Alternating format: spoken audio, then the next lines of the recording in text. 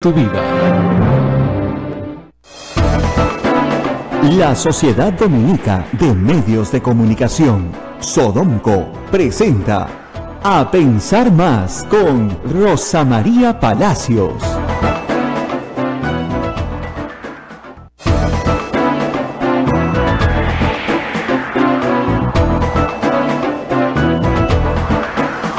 De la mañana en punto. Señoras y señores, muy buenos días, bienvenidos a Pensar Más con Rosa María Palacios a través de las emisoras de Sodomco, Radio Santa Rosa en Lima, Radio Santo Domingo, RSD en Chimbote, Radio San Martín en Arequipa, Radio Veritas en el Cusco, Radio Cepagua Ucayali, Radio La Quillabamba en la Convención, Radio Madre de Dios en Puerto Maldonado y nuestros amigos de Radio Huánuco que también nos escuchan a través de Radio Huánuco. Rosa María, muy buenos días. Muy buenos días a todos y bueno, destacando las portadas como lo has hecho ya hace unos minutos, dedicadas básicamente a la declaración de Barata en Brasil. Barata desbarata, Barata lo lapida, Barata lo mata. Pero la verdad, según el testimonio de IDL Reporteros, que en esa materia, digamos, créanme, que le tengo más fe, porque han estado mucho más cerca de la Procuraduría brasilera, que se llama Procuraduría, pero que en realidad es el equivalente a la Fiscalía nuestra. Barata lo que ha dicho es básicamente lo que ya había dicho, como debe ser, porque no puede contradecirse, ¿no es cierto?, en lo que él había dicho anteriormente. De acuerdo al testimonio de IDL Reporteros, él pidió hablar en portugués, pero terminaron hablando en español en casi toda la declaración, salvo el fiscal brasileño, el fiscal Bertelo, que es Martelo, el que dirige toda la diligencia, y el abogado, por supuesto, de Barata. Barata saludó muy atentamente al doctor Nagasaki, le dijo que estaba muy, bueno, no sorprendido, pero que lo apreciaba mucho, ¿no? Porque lo había visto aparecer en la televisión peruana muchas veces. Recuerden ustedes que Barata ha vivido en el Perú más de 10 años, más de 10 años, en realidad casi 15 creo, y claro, ha visto el juicio a Fujimori y otras actuaciones, ¿no? Estuvo mucho más tranquilo, según todos los informes, que las grabaciones que hemos visto que el propio IDL Reporteros ha emitido en los días pasados, y básicamente lo que IDL Reporteros nos dice es que lo que hemos escuchado es lo que ha dicho, con algunos matices en cuanto a las oportunidades de entrega del dinero, la forma de entrega, a quién le entregó. Por ejemplo, señala que nunca le entregó nada a Ollantumala, siempre fue a Nadine Heredia.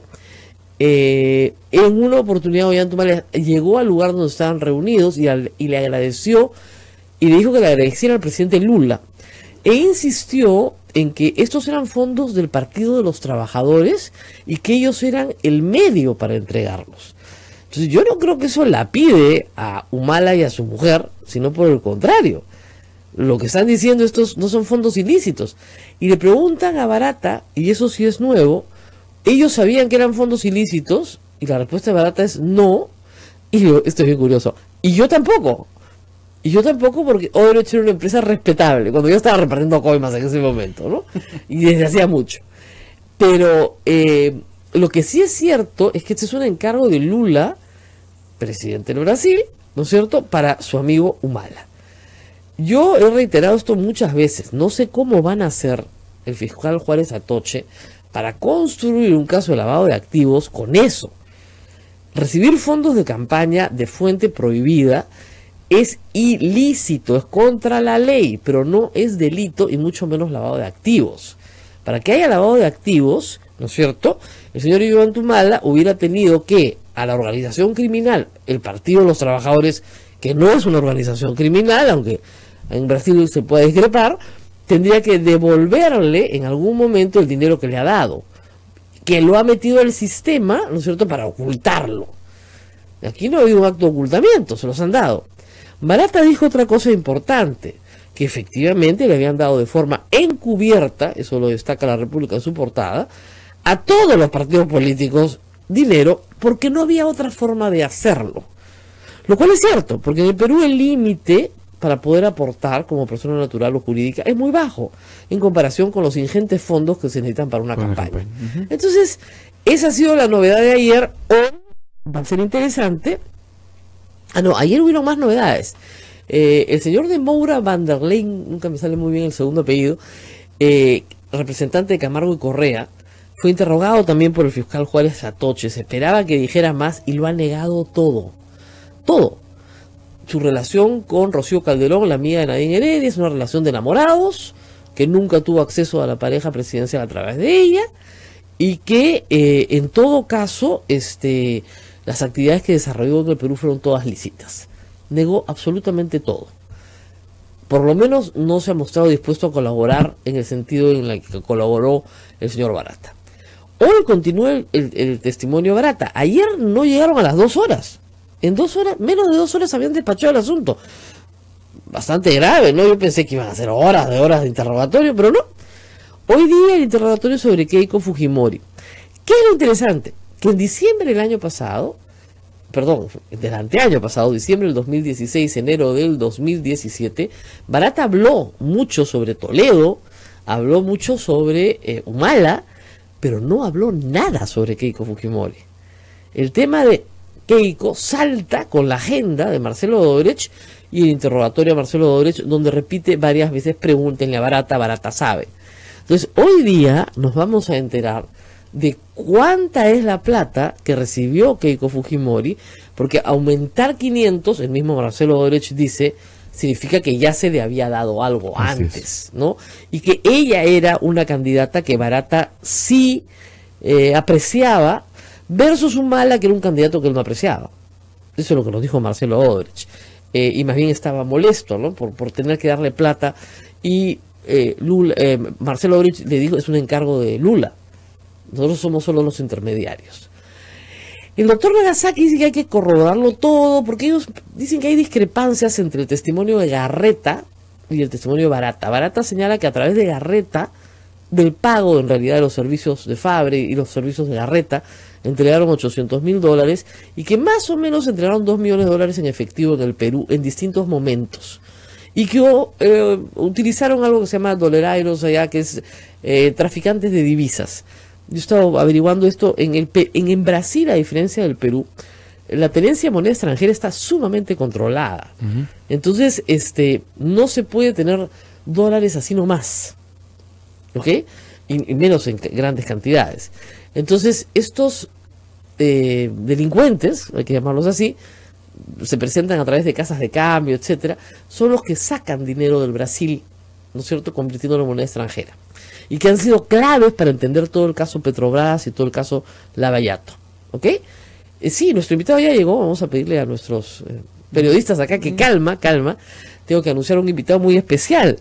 En unos instantes va a estar con nosotros el doctor Eloy Espinosa Saldaña, magistrado del Tribunal Constitucional, justamente para hablar de, entre otras cosas, un ataque que se viene, creo yo, realizando desde el Congreso de la República. Él se ha reunido conmigo hace un par de días a contarme una serie de cosas que misteriosamente aparecen hoy en la portada de un diario local. ¿No es cierto?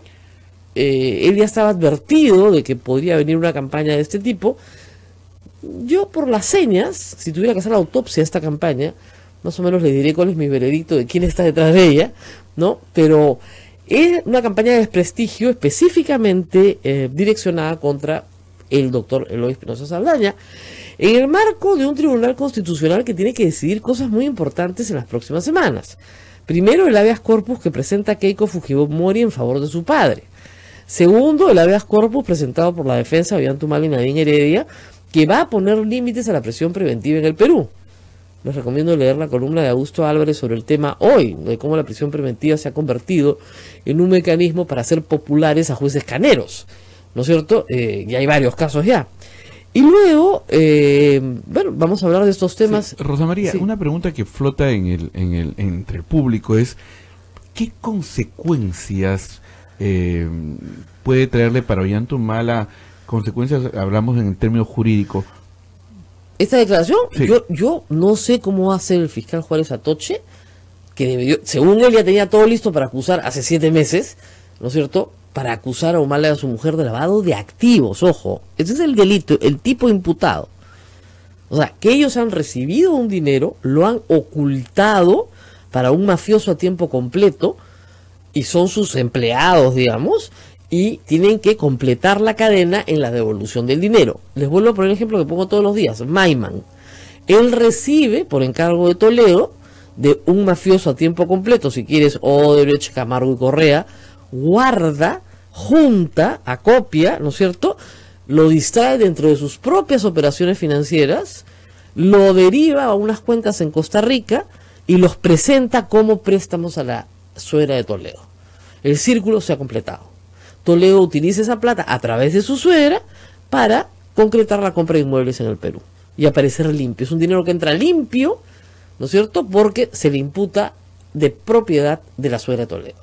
Esa es la típica operación de lavado de activos. O sea, eso sí, no hay discusión. Es muy buen ejemplo que es lavado de activos.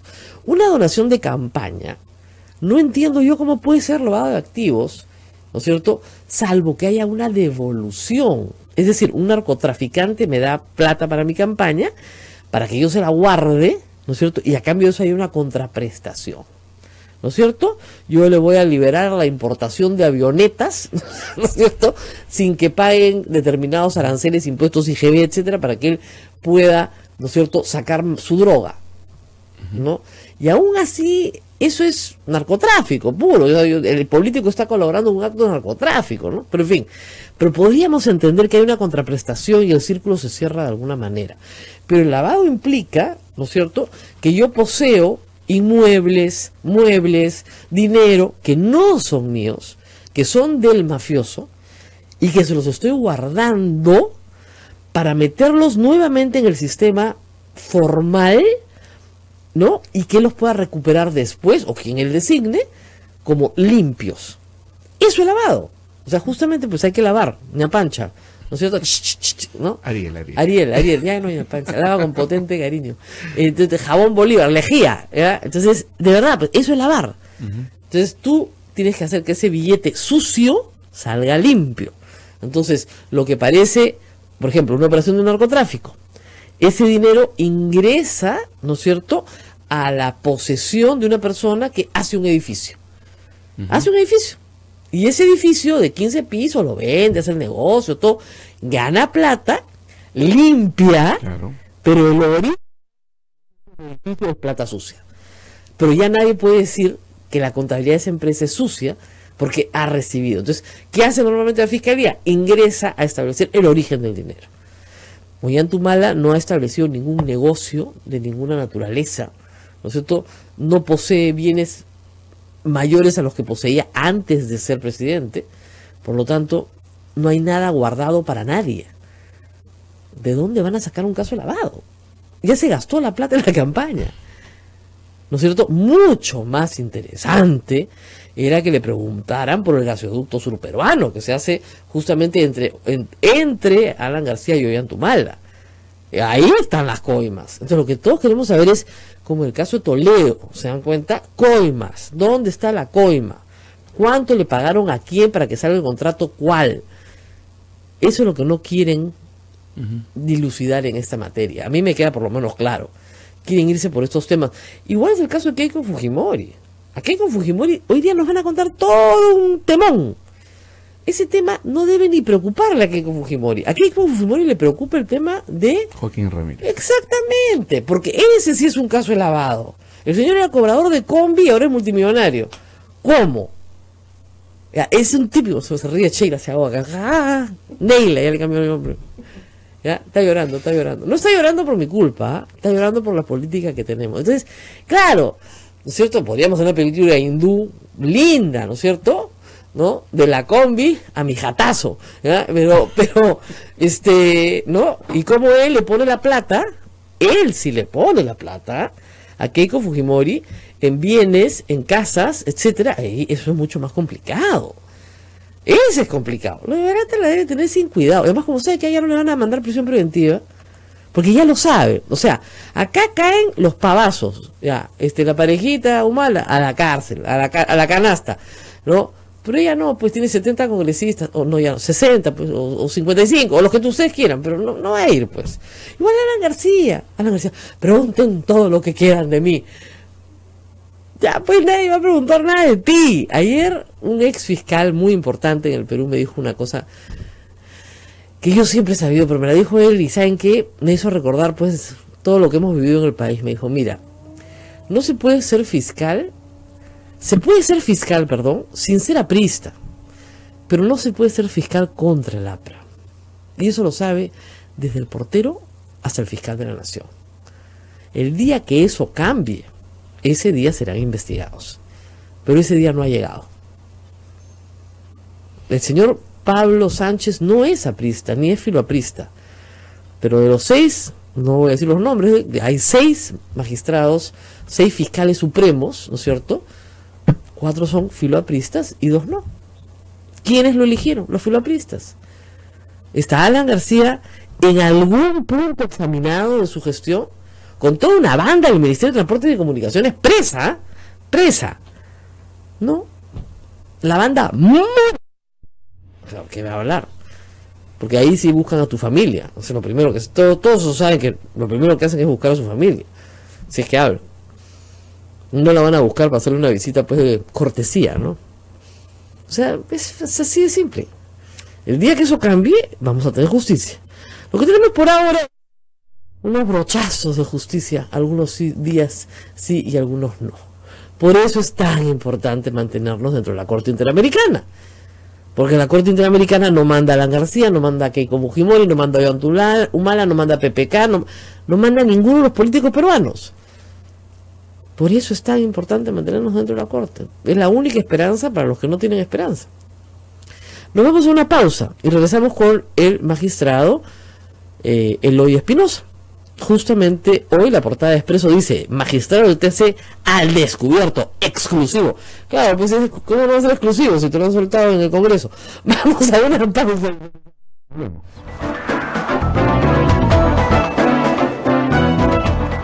Sodomco, Sociedad Dominica de Medios de Comunicación. Somos la primera emisora católica del Perú. La primera en llevarte la mejor información, veraz y precisa, desde el mismo lugar de los hechos.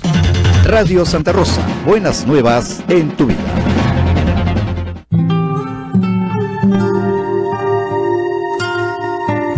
Cuaresma, camino a la Pascua.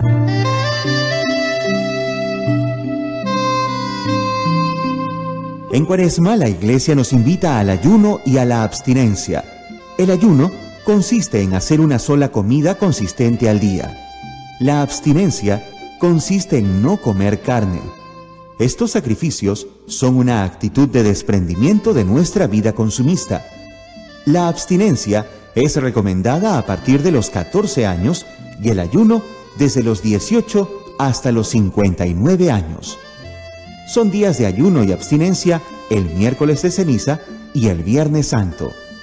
Todo esto nos ayuda a vivir la Cuaresma, pero sobre todo las obras de misericordia.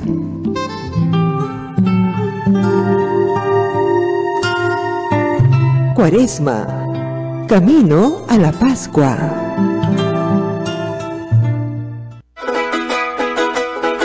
En Radio Santa Rosa, hagamos lío con el Papa Francisco. Francisco es la nueva luz. Pidamos por nuestras parroquias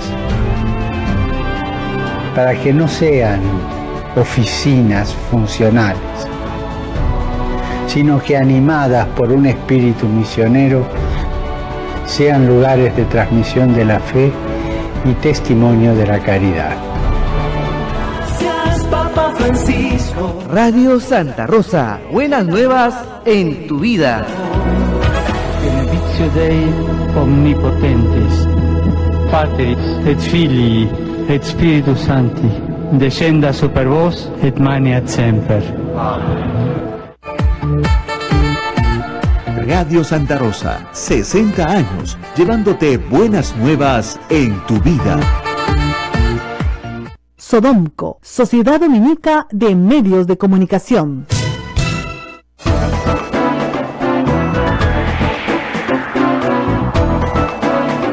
8 de la mañana con 19 minutos, 8 de la mañana con 19 minutos, usted está en A Pensar Más. con Rosa María Palacios a través de las emisoras de Sodonco, Radio Santa Rosa en Lima, Radio Santo Domingo en Chimbote, Radio San Martín en Arequipa, Radio Veritas en Cusco, Radio Cepagua, Ucayali, Radio Quillabamba en la Convención, Radio Madre de Dios en Puerto Maldonado y nuestros amigos de Huánuco que nos escuchan a través de Radio Huánuco. Rosa María, adelante. Muy buenos días, estamos con el doctor Eloy Espinosa Saldaña, magistrado del Tribunal Constitucional del Perú. Es muy raro que un magistrado del Tribunal Constitucional nos visite tan temprano, aunque estamos muy cerca, somos casi vecinos, pero le agradezco, doctor, por haber venido. Yo más bien por la invitación. Yo soy de estar temprano y escucharte temprano mientras voy trabajando también. Bueno, aquí hay un asunto serio. Desde hace ya algunos meses hay una ofensiva contra el Tribunal Constitucional, ofensiva que tuvo su punto final, creía yo, con una resolución de la Corte Interamericana de Derechos Humanos, en la cual, a pesar de que el Congreso pida aclaraciones, hay una palabra bien fácil de entender que dice: archívese, ¿no es cierto?, la investigación y el proceso contra 4 magistrados del Tribunal Constitucional. Eso está ahí. Ustedes siguen trabajando. Sin embargo, ha empezado, y eso es lo que me imagino que a usted le preocupa, y me lo había contado usted hace algunos días, una campaña de desprestigio personal, específicamente contra usted. ¿Por qué cree que específicamente contra usted, además las sanciones que el Congreso quería imponerle a usted era de destitución y a sus colegas? Contra usted. Bueno, fui el ponente en el caso de Frontón, entonces eso ha hecho que en toda la discusión que se ha dado haya tenido que salir a declarar, entonces que haya tenido también que participación en las actividades en las cuales se ha convocado la Comisión Interamericana cuando en su momento nos invitó a hablar sobre el tema, y se dice, como que yo tuviera la capacidad de hacerlo, que he tenido un contacto directo con los miembros de la Corte para resolver esto. Entonces, en esa fábula, entonces soy la persona a la cual hay que disparar y hay que descalificar. ¿Por qué? Porque con esto se quiere condicionar la actuación del tribunal, que tenemos casos complejos, que tenemos casos difíciles. Muy complicados por delante. Entonces, paremos ahí. Usted ve, y el público ve, que efectivamente usted es el objeto, sí, central, de un castigo, si se quiere, impuesto por el Congreso, que se cae luego de la resolución de la Corte Interamericana. Para usted estaban pidiendo destitución. Y a inhabilitación por 10 años. Y más inhabilitación por 10 años para el ejercicio de toda función pública, lo que implica que el doctor no podría ser profesor en una universidad pública, no podría ser asesor legal de ninguna entidad del Estado, no podría ser ministro de Estado, no podría hacer absolutamente nada cuando termina su cargo como magistrado del tribunal. De hecho, lo destituyen, o sea, terminando su cargo. Es un castigo severísimo, ¿no es cierto? Bueno, muy bien. Y no para sus colegas, que votaron con él, en el mismo sentido, ¿no es cierto? Lo cual es bastante extraño, ya de entrada es extraño. Ahora, se le acusa, y permítame decirlo, de ser cercano a los Humala, que usted es de izquierda, que usted es caviar, rojete, caviarón, caviarazo, no sé ya cómo decirlo, que usted fue puesto en el Tribunal Constitucional por el nacionalismo. ¿Cómo responde a esa acusación? No, eso es falso, porque yo en realidad fui postulado por Solidaridad Nacional. Entonces Gustavo Rondón fue quien llevó, por indicación de Luis Castañeda Locio, quien alguna vez me invitó a su casa y me dijo que iba a decidir apoyar mi candidatura, y fue postulado por Solidaridad Nacional. Yo no fui postulado por Humala. Yo a los señores Humala los he venido a conocer el 2014 cuando he sido elegido magistrado del Tribunal Constitucional. Entonces he conocido a alguna gente del entorno de ellos porque estudiaron en la misma universidad que yo, porque yo estoy trabajando en la función pública, pero nunca he militado, nunca he tenido una situación de adscripción, ni es más, en el caso de Nadine Heredia, yo voté en contra de Nadine Heredia. Entonces, cuando el caso que se vio en el Tribunal Constitucional, cuando se le quiso reiniciar la investigación por lavado de activos y planteé un caso ante el tribunal, yo voté en contra de la señora Heredia. Entonces, pero es el mito que se ha creado, como algunos otros, buscando desprestigiar a una persona a la cual puede tener 20.000 defectos, porque nadie es perfecto, pero que no ha sido nunca ni será condicionado en sus pronunciamientos jurisdiccionales por nadie. Pero eso es lo que se espera de un juez, ¿no? O sea, no todos esperamos que un juez tenga independencia para votar y que sus fallos hablen por él. Podemos discrepar con los fallos, por supuesto, ¿no? Y además la Constitución nos da el derecho a criticarlos. Ahora, la del día de hoy es que usted es un doctor Mamba. Es decir, que usted ha mentido, que ha dicho que es doctor de la Universidad de Buenos Aires y que, bueno, que eso es falso. Usted puso como, digamos, uno de sus méritos para ser elegido miembro del Tribunal Constitucional, que era un doctor de la Universidad de Buenos Aires. Bueno, en primer lugar, el doctorado no es un requisito para ser magistrado del Tribunal Constitucional. No, absurdo, así es, obviamente. En segundo término, sin falsa modestia, tengo ya una trayectoria académica que implica invitaciones a exponer en los más importantes sitios de Alemania, de Italia, de muchos países de América Latina, y entonces eso es el reconocimiento, un esfuerzo personal. En tercer término, se está hablando en función de una versión preliminar del currículum donde por error de quien lo planteó puso datos que eran inexactos o desactualizados, y yo entregué una versión final a los congresistas de la comisión y al mismo Congreso. Espero que ahora no desaparezca la documentación en el Congreso. Es posible que desaparezca. O sea, cuando inicialmente Solidaridad Nacional lo presenta como candidato, lo presentan con un currículum que tenía errores. Así es. Ese currículum ha sido redactado por su secretaria, por usted. El personal que tengo allí, no tuve la... En ese momento, ¿usted estaba trabajando a dónde? Yo en ese momento en la Universidad Católica. En la Universidad Católica estaba trabajando y sacaron y enviaron esto. Usted tal vez además incluso pensó que no necesariamente lo iban a elegir, porque eso. Cuando ya se va a votar, usted sí se da el trabajo de hacer un currículum modificado, con fechas exactas. Es que reviso y me doy cuenta que hay errores, y hay datos que no son exactos, y lo corrijo, lo mando al congresista Rondón, lo mando a los otros congresistas miembros de la comisión, incluso una copia por mesa de partes del Congreso, donde dice claramente que esta es una versión actualizada que deja sin efecto cualquier otra versión. Muy bien, entonces eso está en el Congreso. Ojalá que, como dice el doctor, no se haya incendiado, no se haya quemado. Es el 2014, vamos, no puede haber pasado un archivo muy antiguo. Y en esa versión usted te explica qué es lo que pasa con el doctorado de Buenos Aires, y sería bueno que el público lo sepa. Bueno, en realidad yo estudié en el doctorado en Buenos Aires y tengo 2 asesores de tesis, uno de ellos fallece, entonces hay un problema para el reconocimiento del esfuerzo ahí hecho con los cursos acabados en su momento. Entonces, ante la dificultad por la misma maquinaria de la universidad de plantear esto, he hecho los cursos de doctorado en otro lado y estoy cerrando esa situación. Bueno, vamos a explicar un poco, porque yo, como les contaba, conversé hace unos días con el doctor y me tomé el trabajo de preguntarle quién fue el asesor fallecido. Y el asesor fallecido no es nada menos que el doctor Vidal Campos. Para quien ha estudiado Derecho Constitucional, que fue una de mis pasiones cuando estaba en la universidad, el doctor Vidal Campos es una eminencia. Y claro, si yo hace 30 años estudiaba con textos de Vidal Campos, claro, tampoco es Matusalén, tiene que haber muerto.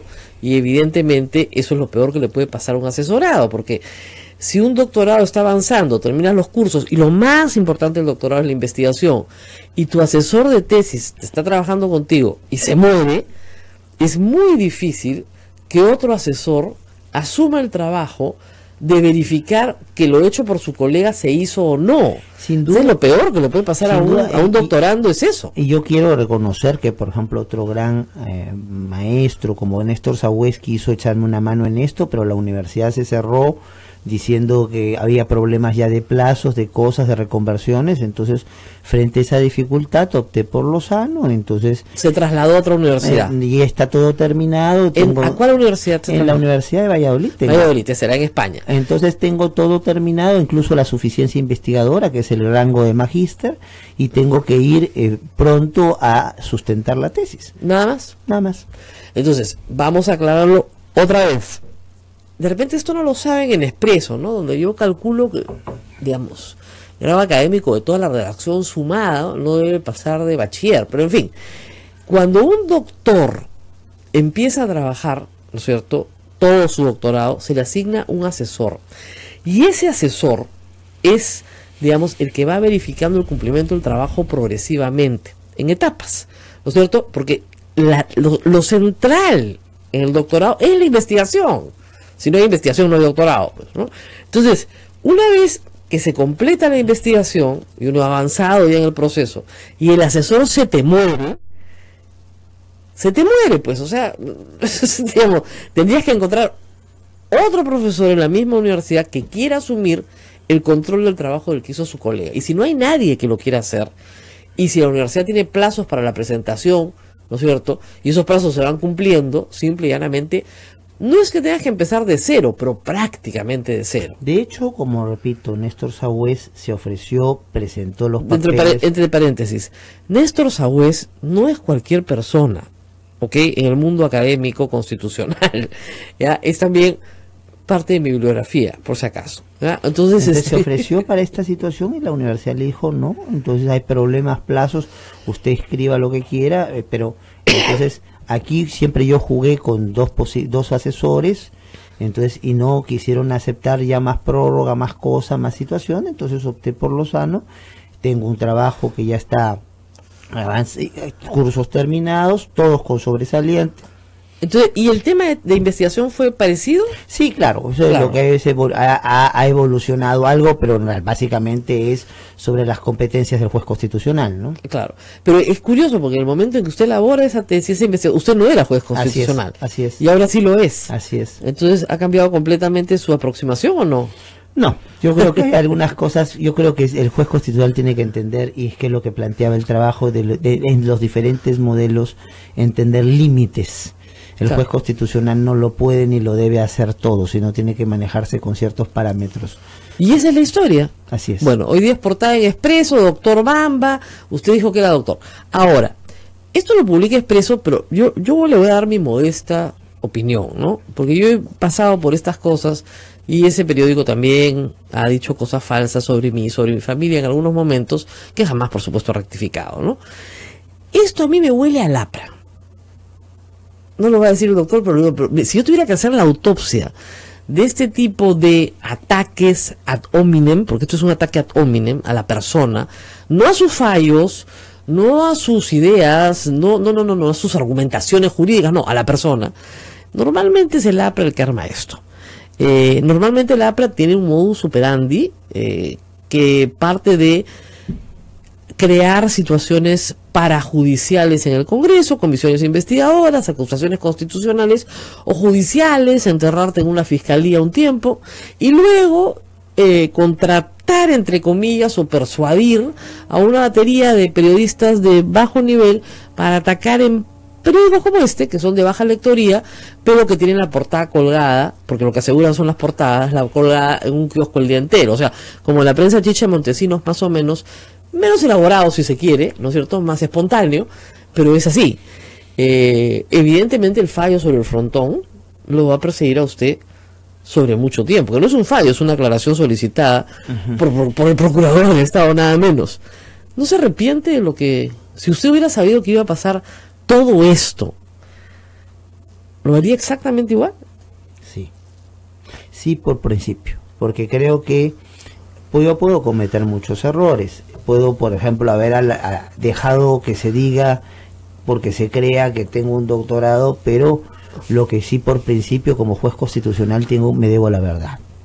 Entonces, y la verdad del caso para mí era muy clara. La verdad del caso era, había un magistrado que había votado en un sentido, que había querido aclarar el sentido de su voto, eso se había escondido, y finalmente con eso lo que se quería era exculpar a ciertas personas de que puedan ser investigadas como autores mediatos y de dejar sin efecto la posibilidad de que se pueda determinar responsabilidades diciendo que hay delitos prescritos. Entonces, y eso es un incumplimiento precisamente del fallo de la Corte Interamericana que inició todo esto. Entonces, se estaba computando mal el voto, yo no me he pronunciado como mis colegas sobre el fondo del asunto, porque no correspondía. Entonces, pero lo que no podemos es, si el voto de Vergara hubiera sido, aunque yo crea equivocado en otro sentido, yo lo hubiera respetado, pero lo que no podía dejar pasar es que el voto de Vergara fuera falseado. Y si estas son las consecuencias de mantener leer mal cosas, distorsionar, calumniar a las personas, sacar de su concepto, de su contexto original ciertas cosas de las personas para embarrarlas, si ese es el precio por tratar de hacer la labor de un buen juez, pues lo asumiré con todas sus consecuencias.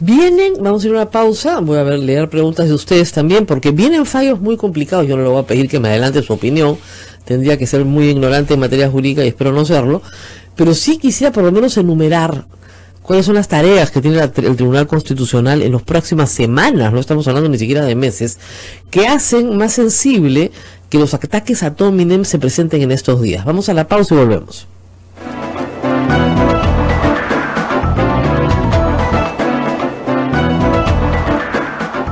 Sodomco, Sociedad Dominica de Medios de Comunicación. Somos la primera emisora católica del Perú. La primera en llevarte la mejor información, veraz y precisa, desde el mismo lugar de los hechos. Radio Santa Rosa, buenas nuevas en tu vida.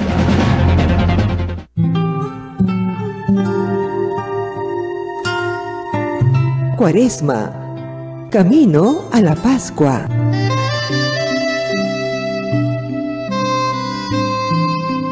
Durante el tiempo de Cuaresma, en la misa no se canta el Gloria al final del acto penitencial, ni el Aleluya antes del Evangelio. En el tiempo de Cuaresma no deben ponerse flores en el templo, excepto el cuarto domingo de Cuaresma, conocido como Domingo de la Etare, Alégrate, como un anticipo de la alegría pascual que ya está próxima.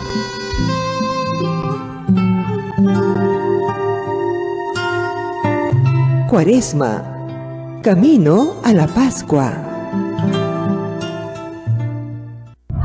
La experiencia nacional e internacional enseña que en casos de terremotos o desastres naturales, las comunicaciones se congestionan. Debemos estar preparados. Lo más importante, mantén la calma, evita llamar y menos insistir. Utiliza los mensajes de texto o la internet para comunicarte. Y si estás en la zona de emergencia, marca el 119 y deja un mensaje de voz. Esta es la comunicación luego de una emergencia. Escribe primero y evita llamar. Mayor información en www.mtc.gov.pe o con tu operador de servicios, Ministerio de Transportes y Comunicaciones.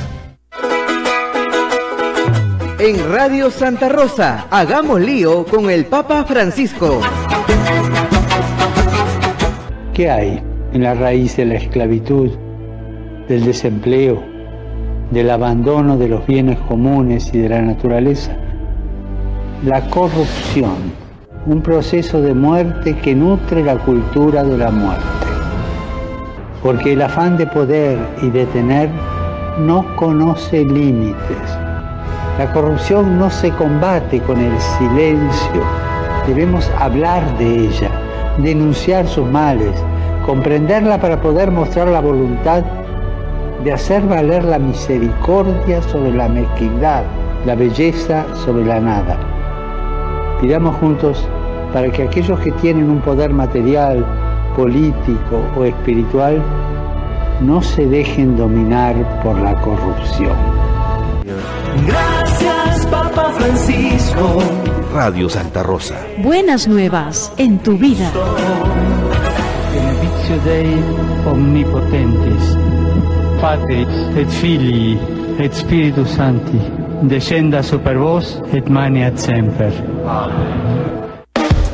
Santa Rosa, buenas nuevas en tu vida.